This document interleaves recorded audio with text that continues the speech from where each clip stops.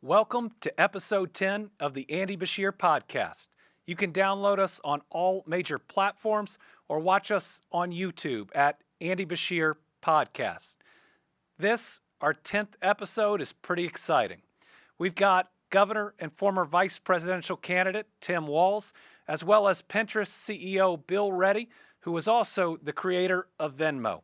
We're going to have some great conversations in this episode that are real, that don't debate reality, and that get into the why of both that governor of Minnesota and also what drove Bill to go from working in his parents' auto body shop to ultimately starting some of the best-known companies in the world. Let's get to it.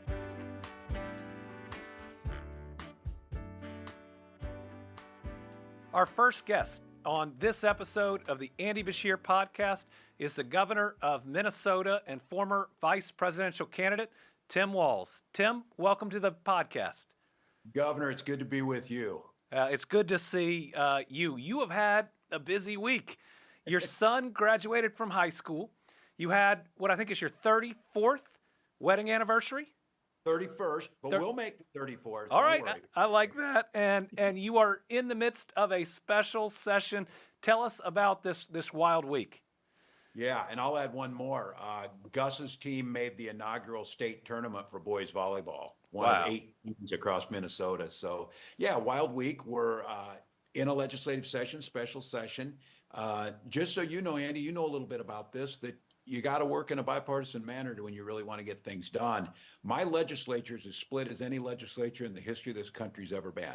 Our House is tied 67-67, and our Senate is 34-33 with a one-vote Democratic Farmer-Labor majority, which means it's 101 to 100. We've got to pass every single bill. We've got to balance our budgets, which states do, unlike the federal government. And by tomorrow, sometime this week, we're gonna have all our budgets done. We're gonna have a balanced budget. We're gonna invest in Minnesota. So I appreciate you all the time. You talk about solutions. You talk about how to get things done. You talk to where real people end up, and they just want us to do our work. So yeah, it's been a busy week. Personally, it's been exciting. 31 years with my best friend Gwen. I got my final child out of high school, and we're gonna celebrate his state tournament appearance. So it's exciting. So you're in this special session to balance your budget. And as you mentioned, we as governors have to have balanced budgets. But there is this big, not so beautiful bill going through Congress right now that you and I both know would not only add trillions of dollars to the national debt, but could potentially blow a hole in our budgets. Is that making your session a little more complicated, knowing that it could upset all this hard work? Yeah, it is. And, take, for example, Medicaid, just basic health care. 40% of our children are on it, 70% of our nursing home folks in rural Minnesota. That's $1.2 billion. My budgets are roughly $33 billion a year. So, you're talking a big hit just in that. And then you move to other areas and then rescinding projects we already have in the hopper, like bridge projects and things. What I'm telling my folks is we've got to deal with where we're at, stay in our lane. We need to pass it based on what we know today. But I think anybody prudently thinks to the future, you prepare for what's coming. And I would suspect, I don't know, I'd be interested to hear what you think. If this monstrosity and atrocity, as even Elon Musk called it, if it passes, I think we'll all be back in special session, because there's no possible way to be fiscally responsible like each of the states are. I think you nailed it. The Medicaid cuts will impact states, but they will also shutter a lot of rural health care. You can't take coverage from 16 million people and all the revenue that goes with it and remove it from that system without laying a lot of people off. The numbers I've seen that'll impact at least Kentucky first are the changes to SNAP. Yes. It adds administrative costs, and in Kentucky, that's about $66 million extra dollars that we'd pay. And then it shifts the burden and changes the error rate in a way that could add another $300 million for us.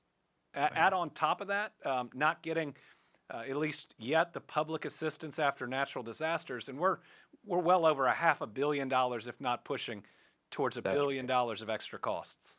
Yeah, I think what you know, Andy, about the SNAP program is how beneficial it is. Some folks try and message this as being a program for those who don't want to work. The reality is it's for children, it's for adults, especially a lot of seniors who use it in my state and have catastrophic impacts. It's not just about them cutting the money. It's a lack of a market then for my producers who produce the food that goes into the SNAP program. You're watching the Andy Beshear podcast. Our guest this week is Governor Tim Walz of Minnesota. Tim, we always try to follow a couple rules on this podcast. One is no debating reality, so thank you for the facts about Medicaid and SNAP, because others will try to put that disinformation or misinformation out there. One of the other rules is we try to get to our why. What drove us to seek these jobs? What drives us to make the decisions we make? And I was thinking about your background, and your life had to have been significantly impacted by losing your father at such an early age. I think you were 20. Yeah, I think my little brother was 8. I think I was 19, somewhere in that age. But they've been sick for a while. You and I talked about this. You know what this is. And look, I'm very proud of my parents. My dad's family were German immigrants. They ran a meat locker in Tacoma, Nebraska. He was the first generation to go to college. Before he did that, he served for a couple years in the Army during Korean War era. He used GI Bill, get a college education. And my mom's family were farmers. And we were, I think, like so many of us of a certain age, we all were pretty much middle class in America. No, I didn't know anybody who I felt was rich. I knew somebody who had ridden on a plane once, and he had one friend who went to Disneyland, but the rest of us were right in the middle. But my dad got cancer, and the bills were pretty insurmountable. I mean, now all these years later, talking to my mom, who, by the way, just celebrating her 90th birthday. Wow. Yeah, and she was a rock and got through this. But I mean, your point is like how we end up where we end up and how we're shaped by our past. I don't feel like my parents were particularly political. I mean, they weren't activists, but they were involved in the community, like advocating for building a new school. I think my first political kind of what I knew how my parents probably voted is we were Catholic and we had a big picture of John Kennedy in our house. That had more to him being Catholic, I think, than being Democrat. That's how things were done. But I think my family understood that, the community mattered.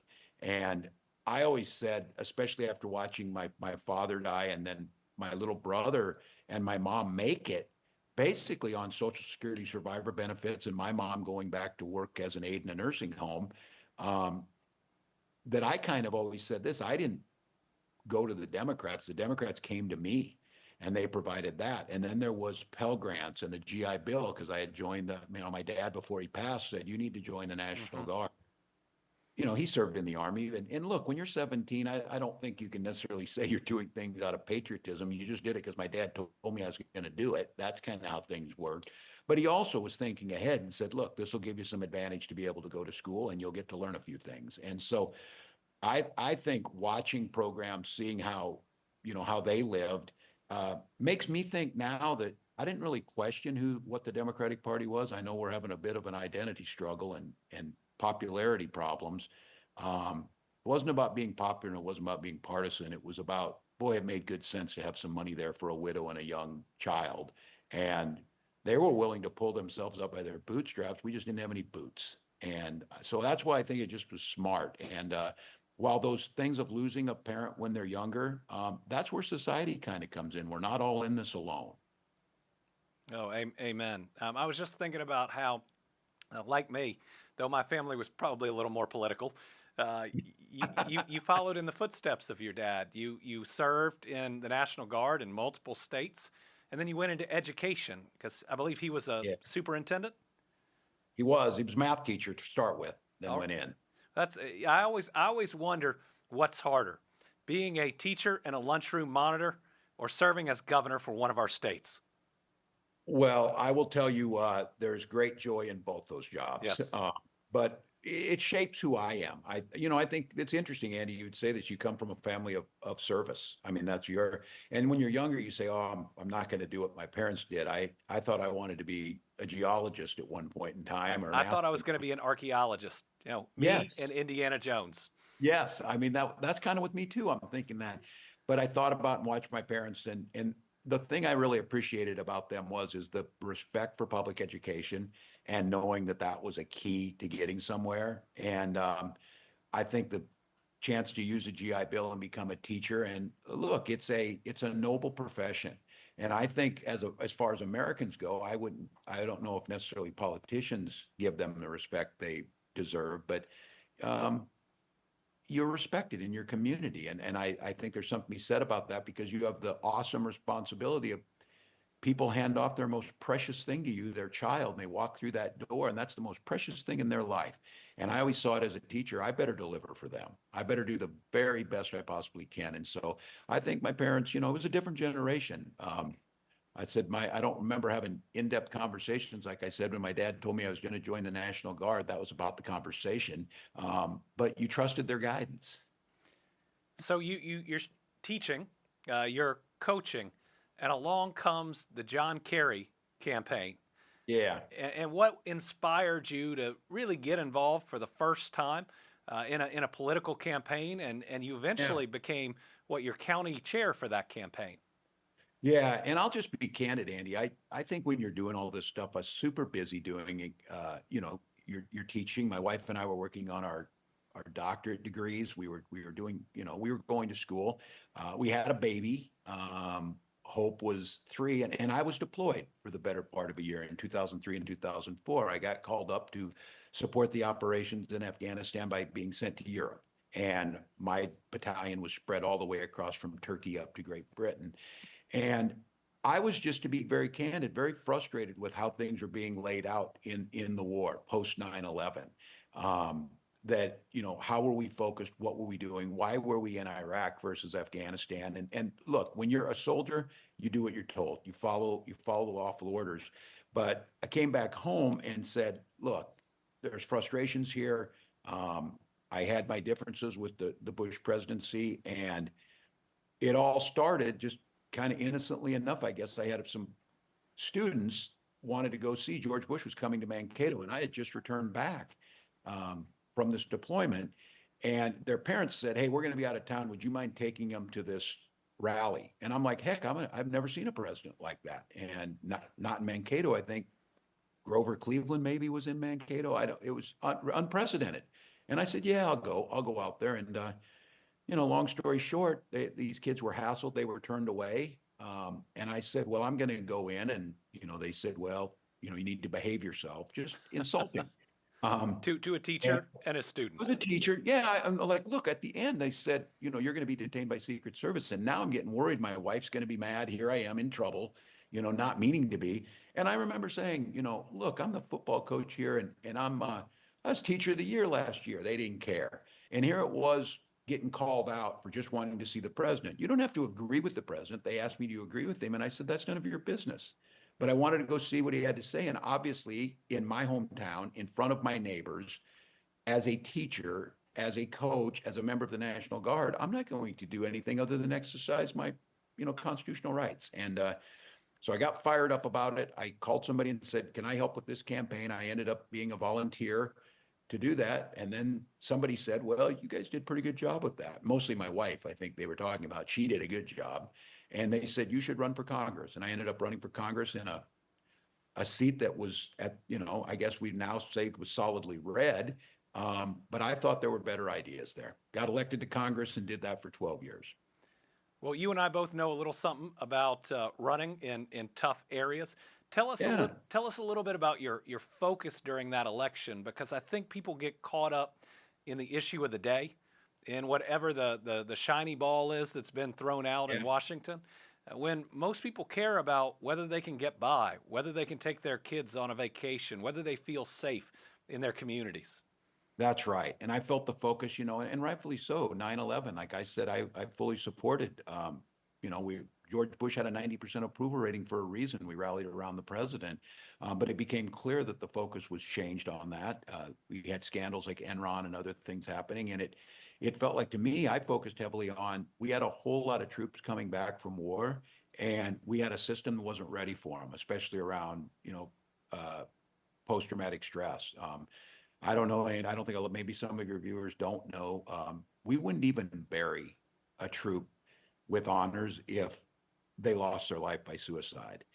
It was like we were embarrassed about it, and I just felt committed to doing that. I asked to be on the VA committee. I felt like we were underfunding things like transportation, just basic. So I very much was a meat and potatoes guy, openly critical of the Bush administration. But even at that time, I also thought it wasn't government's place to be in your personal places, whether that be reproductive health care or who you choose to marry. And that was a very unusual position at the time, especially in a rural area. But I think it resonated with my neighbors. They're like, it's really not where we should be focusing government on. And so I had a reputation as being a very bipartisan member. They always ranked them, and I was always, I think, top 10 most bipartisan.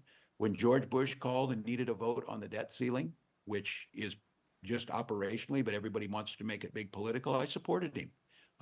When he asked to talk to me, I would talk to him and try and help all I could.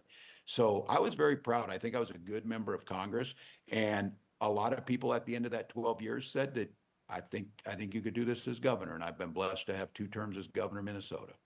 Tell me about making the decision to leave Congress. You've been there a while. It was a pretty safe seat by then for you. I think you had a chairmanship, which people work a long time to try to get. But you saw what I think is this great job as governor and made the call that that's where you thought you could make the difference. Yeah, it's interesting you would say that. You knew it too, and you've got the experience at state level as an AG and understanding that. I think by 2018, it became pretty clear to me that the real decisions were going to impact people were going to be made at the state level. The partisanship was becoming so much greater, where I saw myself. I spent most of my time sitting on the Republican side just because I knew a lot of people. I didn't agree with them. I had a friend, a Republican congressman from California, who, because of that long flight, he lived out there because he had kids in high school. He invited me to Friday night tailgates with his family and then to go watch football games. He and I worked on really meaningful legislation for veterans and for other things, and it was a really enjoyable experience. I think by the time I left, they tried to make, everybody's an enemy. It's all about the politics of personal destruction. And I felt like governors don't have that luxury. As we started out, I've got a divided legislature. I've got Republican leaders that need to be treated with respect. One, they earned it because they have an election certificate, but 2, I need them to compromise, to vote with us to get things done. And so I think people get so used to the dysfunction we see at the federal level, which is real, but there are glimmers of bipartisanship. Your state is an example of this. You don't agree with your legislature. You do so respectfully, and you gain the respect of those who voted for you and those who voted against you. So I think by 2018, I saw that coming. Now, I will give full credit, Andy, to folks who are in the U.S. House and the Senate trying to make it work. Somebody has to. I just thought my skills might be better served at home. So I think right now, when we're looking at voices for the Democratic Party, what we bring as Democratic governors is that common sense, common ground, get things done type of approach. Yeah. That we can't spend a year debating subpoint number 3, that our job is to better the lives of our people every day. And I think That's that right. your approach and belief in that and mine are why we're both trying to speak out, to take this practical approach that says our number one goal should be to help the people of the United States of America live a better life. That's right. Well, I see you, Andy, after a natural disaster, no one knows if you're a Democrat or Republican. And no one cares. Yes, and you're a dad out there with your arm around some kid who just lost his house or worse yet. And so I just think trying to make the case, and I will again give you full credit for this. I think governors can't use like quick talking points, and you can't just dig yourself in partisanly, because I'm going to sign bills that the Democrats are going to be unhappy with, just to be candid, a divided legislature. And I'm going to sign bills that the Republicans are going to be unhappy with. But I can tell you at the end of the day, they're going to increase the safety, the security, the prosperity, and the future of Minnesota. That's what we believe. Is it all what I think we should put in? Of course not. But you know what? We don't have a king. We have governors, and then we have legislators. And I think watching, especially in times of need, what governors do best, instead of dividing, you join us together. And I also think that governors have to speak to everybody in a plain manner. I've heard you do this a lot, and I use some of that. Absolutely. I think when I hear you speak, it appeals to the teacher in me, that you can't just teach the same way to a class. Some kids learn differently. And I think Democrats have a problem that we think we've got this message and we're going to speak to one side of this. And then when the voters don't vote for us, we blame the voters. And so it might be that they didn't get where we were coming from. Now, it is true that they just may totally disagree with us, but it wasn't that long ago that you could disagree with someone, tell them you voted against them, and go watch a baseball game together. I mean, I kind of think people are hungry for that again, that just because you disagree doesn't make you the devil. And I think somehow we're going to have to find that out. And I think states like Kentucky, where they have chosen to put a big majority of legislators who are Republicans, but they still continue to elect Democratic governor. And in Minnesota, we are as purple as you can possibly get, 101 to 100, straight down the middle. This is the Andy Beshear podcast. We're finishing up our conversation with Governor Tim Walz. Tim, you were the vice presidential candidate last year. Must have been a whirlwind. I know it took a lot of time away from your family. As you look back, what were some of your favorite moments, and what are some things that you think if you could, you would have done differently? Yeah, well, it was certainly a privilege to be on it. And I've always said, I tell them that I think of people who, you serve where you're asked. And I was a privilege to have Kamala Harris, vice president, asked to serve. I think one of the things is, again, and wishes, if they were for something, is just a little more time. And I think what you're doing, Andy, is what we should be doing. I think we need to fill every lane. If you want to do big rallies, do big rallies. If you want to do a podcast, do a podcast. If you want to go visit folks and get out, on a bus tour.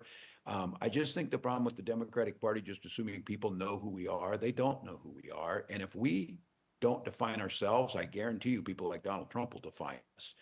And so what I learned during that campaign, that there's a lot of things people have in common. They want, like you said it, they want safe neighborhoods, they want good schools, and they want to believe their children have an opportunity to succeed, everybody's children.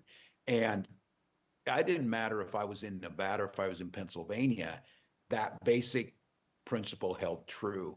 But I'll tell you what I also learned, and I think we're seeing it in this moment right now, is one of the geniuses of our system is a federalism that gives a lot of control to local decision making.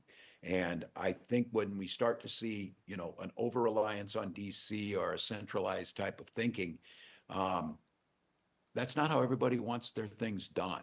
And so it brought me back home to, and I hear this, focusing on my counties, hearing them when they say this, focusing on the autonomy of those counties to make some of the decisions that they need to make.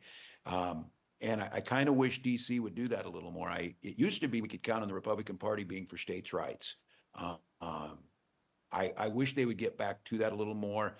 And I would say, listen to folks out there. That's one thing I learned to do a better job of, I think, is listening to what folks were asking for. And I think they were asking for a chance and to be heard. And I'll just have to be honest with you. I don't think that's what's being delivered right now. I wish we would have got a chance to deliver on some of the things that Vice President Harris was talking about. But look, that's what governors are doing, trying to make up that difference. Tim, thanks for your leadership, your friendship. I'd once again urge you to run for re-election because we need you. But mainly, thanks for being on the Andy Beshear podcast. Good to be with you, Andy. Thanks for all you're doing. All right, good luck in the end of the special session. Thank you, my friend.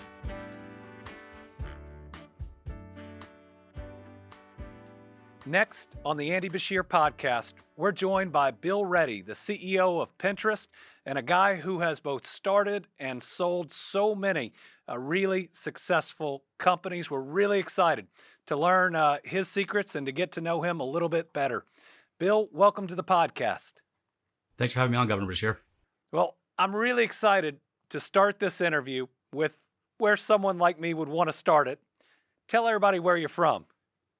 Kentucky. I grew up in Hardin County in Kentucky. Went to the University of Louisville. So you grew up in a military family.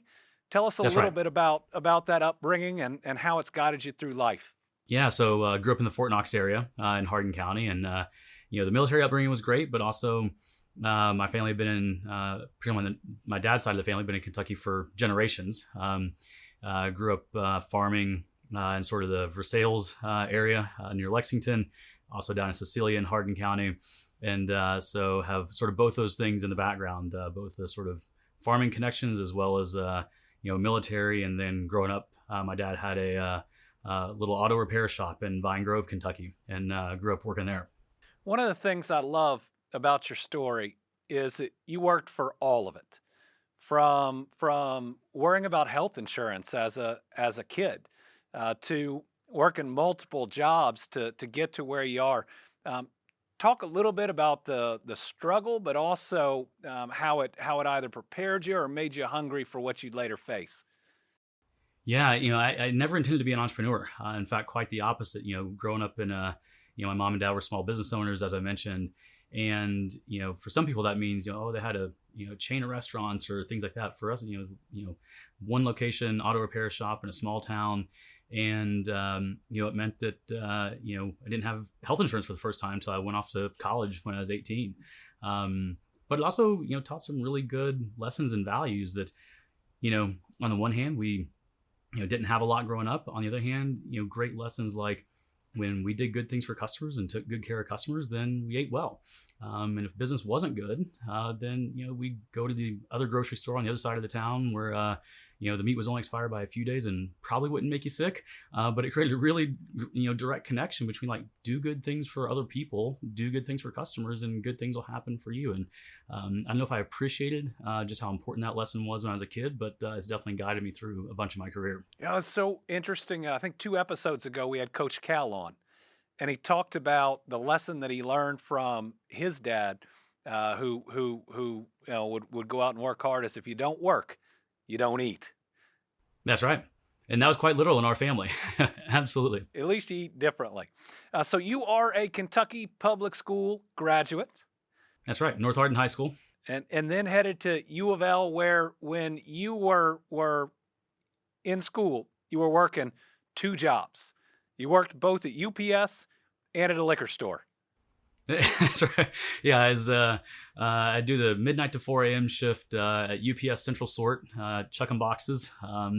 I go sleep a few hours and then do an 8 a.m. computer science class, go through classes, and then I go do the second shift at a gas station food mart kind of place that also sold other beverages. I was doing that for the first couple of years before eventually got connected to a serial entrepreneur named Dana Bowers, who was looking to start a online banking company during the .com, and that sort of gave me my first shot at being an entrepreneur and doing something in the internet field.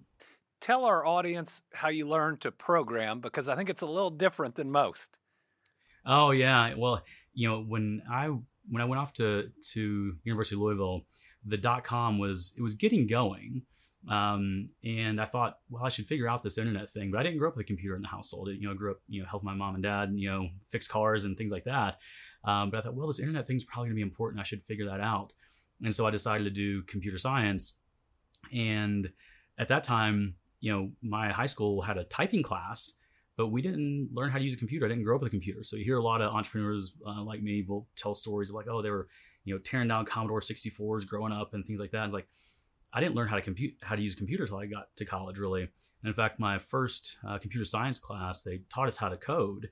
And, I'd written out my program on notebook paper and, went into the lab at the university to type in my program. And, amazingly, it compiled and ran. And I had to ask the lab tech. I was like, hey, I got to save this thing to a floppy disk to turn it in, but I don't know how to do that. Can you tell me how to save this thing to a floppy disk? And he just looks at me. He's like, you wrote this program and you don't know how to save it to a floppy disk? Are you pulling my leg here? And it's like, no, they didn't teach me that in class. And so that was a starting point. But fortunately, really got immersed into it and loved it, and then that became a lifelong passion. That's impressive because you and I are that generation that may have gotten our first emails in college, our first That's right. cell phones right after college, at least for me, and everybody that came along even just 4 or 5 years after had programming and other classes. Yeah, no, that's exactly right. It was very much a new thing, but it was also a pretty formative moment that much of what is now we think of as the internet had not yet been built, but it was a pretty interesting moment that I didn't have a cell phone, didn't have email, and most people didn't, and so it was a really interesting transitional moment. So to go from this moment where you say, hey, this internet thing is probably going to be important, through U of L, talk about what came next. You were one of the first computer programmers out there at iPay. That's right. Yeah. So working my way through school, and I had scholarships for tuition, but didn't pay for living expense. I was terrified of debt, so that's why I was working my way through.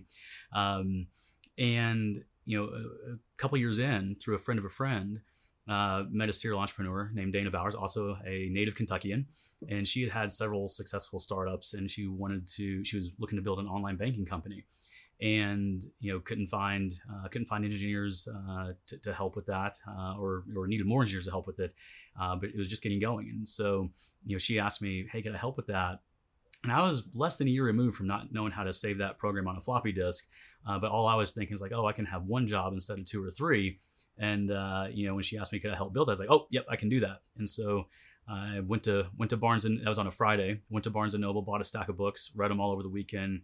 Came in Monday morning, started coding, and we IPO'd roughly a year later. Now it was a .com IPO, so it also ended up being a bit of a .com crash and burn, but it was a wealth of experience. It didn't turn out to be any other kind of wealth, but it was a wealth of experience, and that actually ended up mattering a lot more in the long run. You're listening to the Andy Beshear podcast. Our guest, Bill Reddy, CEO of Pinterest. We're talking about his education and then that first job and IPO, but from there, you end up starting and selling about 5 different companies, including one that we all know named Venmo, and a That's number right. of others that we all know. Tell us, where do you start, first of all, with that idea? And then where does the sale come in when you know it's time? Sure. Yeah. Well, what a lot of people may not know is like, yes, I did the 5 startups. But 3 of those five startups were right there in Kentucky. So, the path to doing Venmo actually started in Kentucky, not just because that's where I grew up, but 3 of the 5 startups were there in Kentucky. 2 of them were with Dana Bowers, who has been the best mentor of my career, also a native Kentuckian and serial entrepreneur. But it was through those that those online banking, 2 of those were online banking startups. The first one called NetZ, later on called iPay.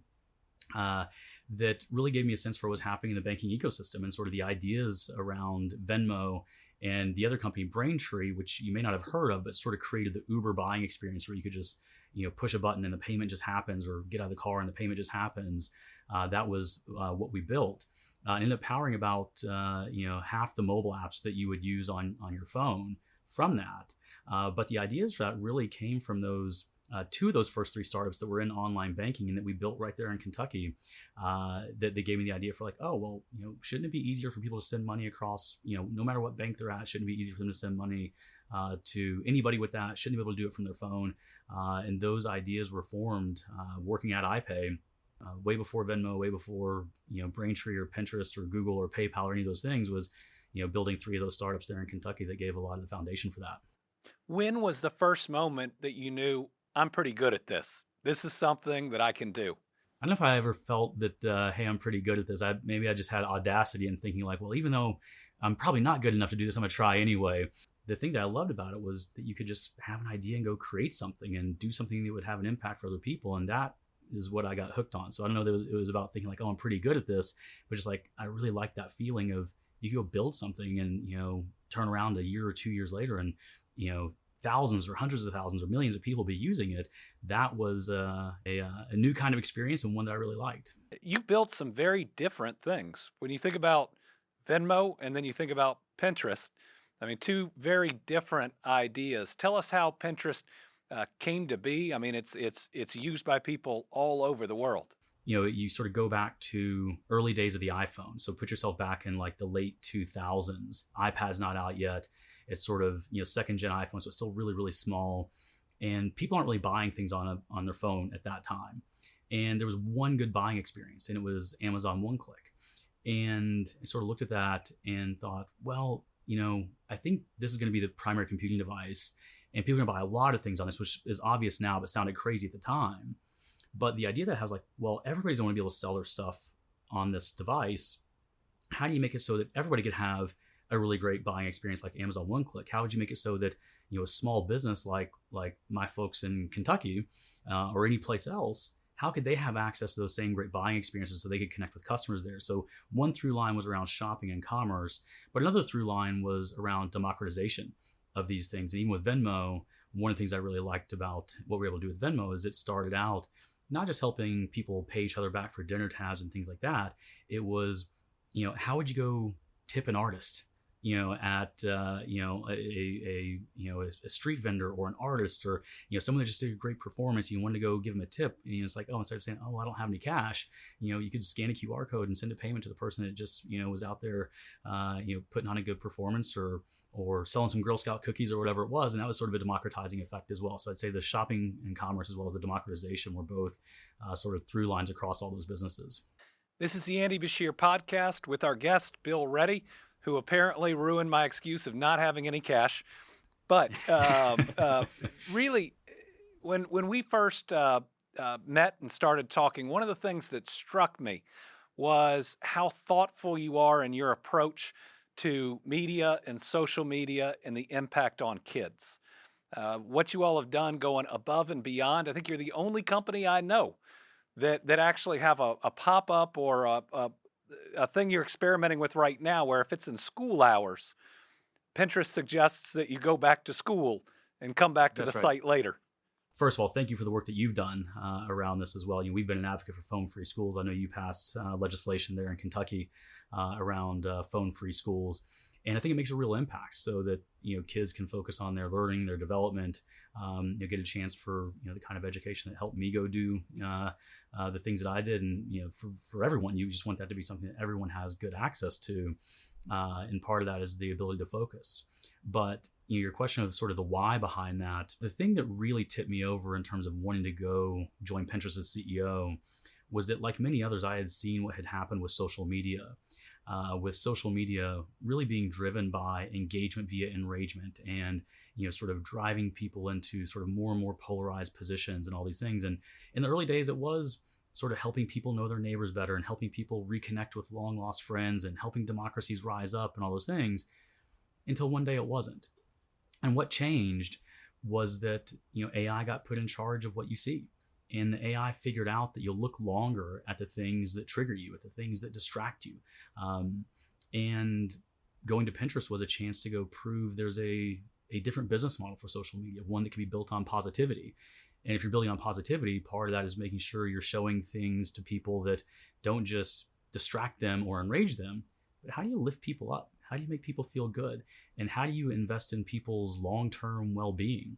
And, 3 years in, we've actually been able to make Pinterest not only a much better business, but one that's having a much better impact on the well-being of our users. But that's been very intentional, and it's something that matters to me quite deeply. I'm a parent. I've got an 11-year-old daughter, so I see it as a parent as well. And so I think as tech companies, we need to be willing to invest in the long-term well-being of our users. And it sounds like an obvious thing to say, but it's just not how a lot of people are behaving. And so we want to go lead the way on that.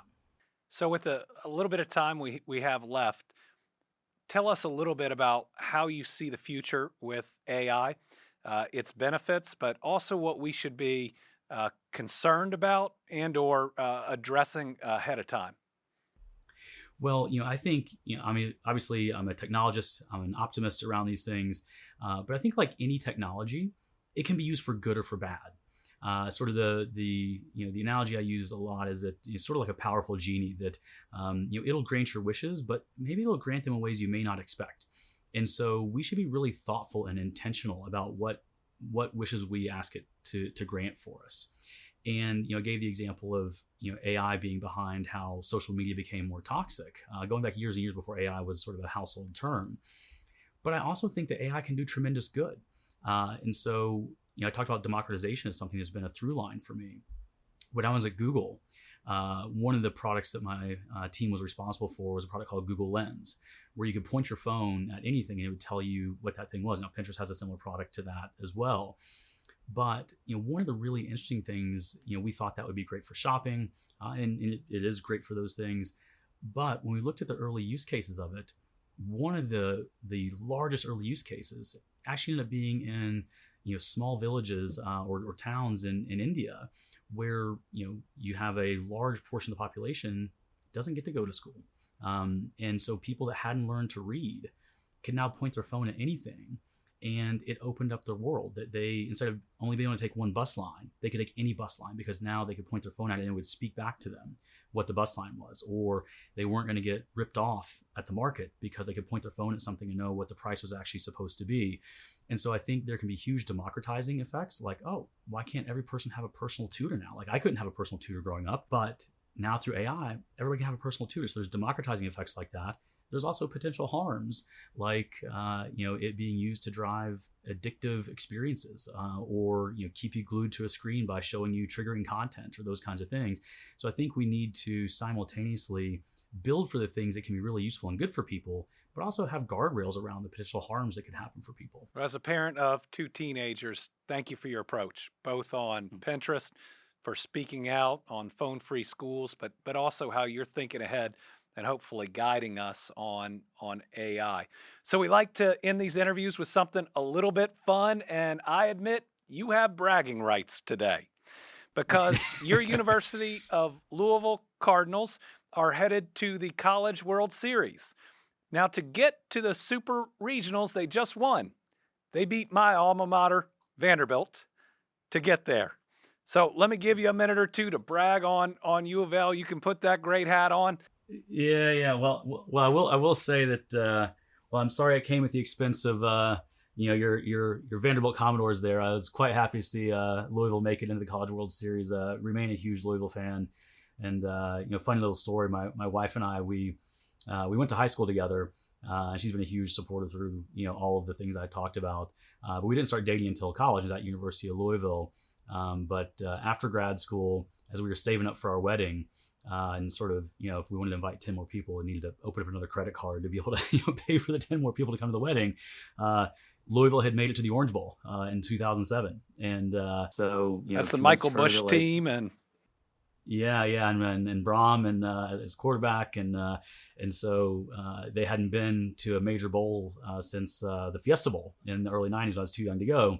And so convinced her that even though we were saving up for the wedding, that we were going to go down to Miami and see Louisville in the Orange Bowl. And we stayed a couple hours outside of Miami and took probably 3 connections to get down there to save money on the flights. But, we went and saw him. So I've been a huge Louisville fan, not only growing up, but ever since. And, excited to see them in the World Series. And sorry I came with the expense of your Vanderbilt. I'll let you in on a secret. When they were playing, my friends were all texting me, "Who are you with?" And my response was, "Well, I love my alma mater. I ain't the governor of Vanderbilt." So you can't see it, but I am wearing your U of L Cardinals shoes here today with your bragging rights, and was excited to be there on Sunday and on Friday, those 2 games they won. But let me say, you are a credit to Kentucky, a credit to U of L. Thanks for your leadership, and thanks for being on the podcast. Thanks for having me on.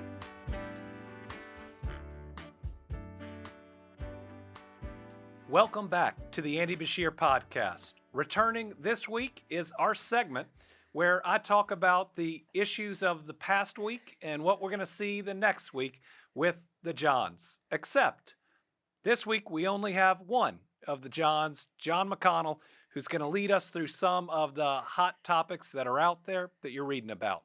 John? Well, just me. No Rabinowitz this week. I think you can hold it down. I'm going to try to do the best I can. Well, let's kick it off. I mean, we all know breaking up is hard to do. So there was a pretty spectacular breakup in the last couple of days. Volcanic. Yes, there is no doubt. You go from being disrespectful to ungrateful, and then it just keeps going on. To accusing someone of being in the Epstein files. Yes. And then you hop down to saying that a good way to save money is to take someone's contract away. And then their response was, go ahead, we'll just stop doing it. So what's your take on how this looks nationally? Well, breakups are tough. This breakup is the world's most powerful man and the world's richest man. And it's being done on two separate social media platforms with each of them owning and or leading those social media platforms. So it's a spat between two individuals, but it's almost a spat between social media too. It doesn't make us look good as a country. I know that there are some who hope that this will mean that more moderate level heads will prevail, that maybe these mass firings that make us less safe at the National Weather Service or the CIA or the FBI will stop, that maybe some of these actions that appear to be breaking parts of the federal government will stop without Elon Musk leading Doge. But we're the United States. And I mean, right now we look like a bad movie. Yes. Yeah, it's embarrassing. We both have teenagers. So Yes. It's one of those things you think you hear they're going to come in and talk about having an online argument with someone. And now it plays out in real time at the biggest stage. And I don't know about you, but I would be disappointed if either of my kids had this level of a breakup online, yet this is the president of the United States and Elon Musk. Well, let's hop over real quick to NIL. A lot of big news is out there about the $2.75 billion they're going to have to pay out. So just curious, I mean, with your collegiate college, I mean, how much are you in line for this? No, me, nothing.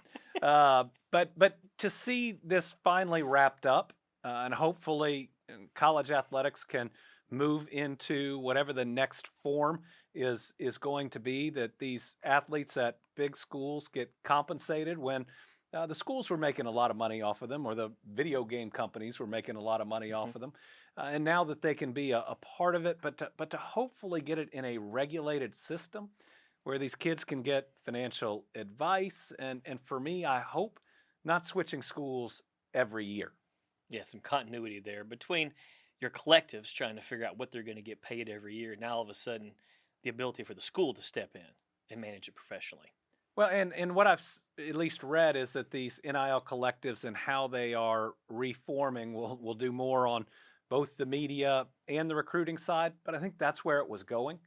And if it was inevitable that it was going there, then maybe it's good that it's at least out in the open so that we can see when it works well and then when it doesn't. Now, let's hop over to the College World Series. You know, Kentucky's had a pretty good showing here in the last week or so. So, how are you feeling about how we look going forward? Oh, I'm feeling great. As we are filming this, UK got close to the Super Regionals. They were one half of one game from making it. Louisville won their Super Regional at U of L. I was there for the two games they won and apologize that I was not there for the other. And then Murray is playing today. And Murray could go for the first time ever to Omaha. And even better than Murray going to the first time ever to Omaha, they could beat Duke. They could beat Duke. If they could beat Duke again today, and also 19 runs was an NCAA record for a super regional game. And for those Duke fans out there that listen to the podcast, yes, we love you. And we were okay with Duke until Christian Laettner. We know you're not a fan of him either.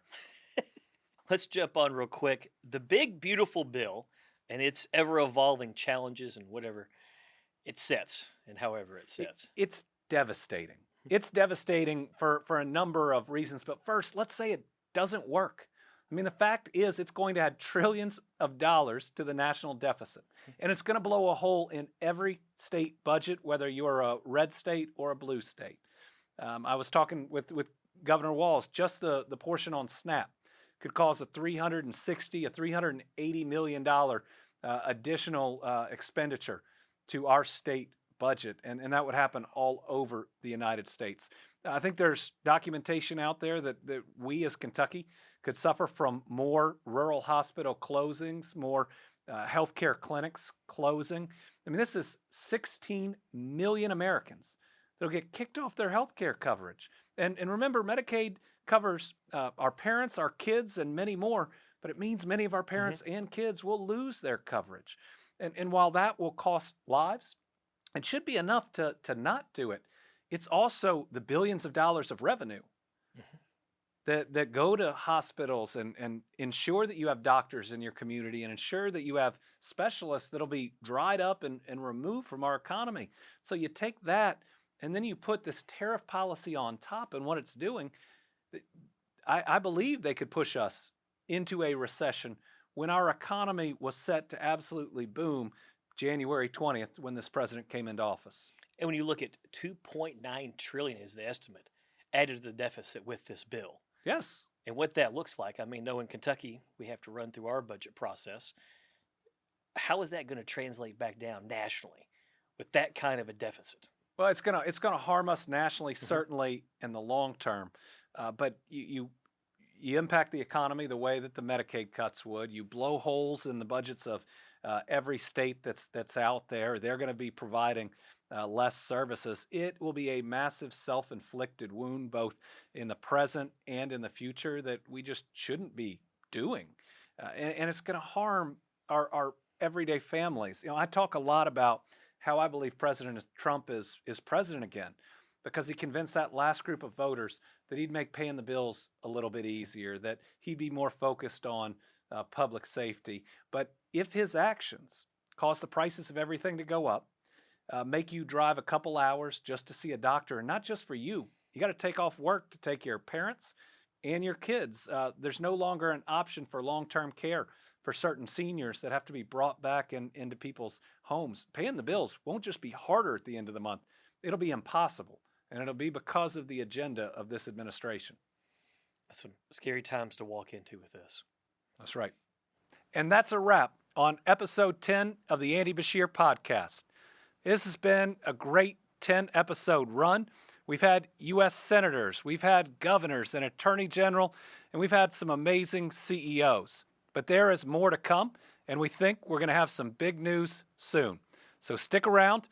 We love having this conversation among friends, and we know that all of us need to process all this news that hits us minute after minute in a way that lifts us up and gets us ready for the week ahead.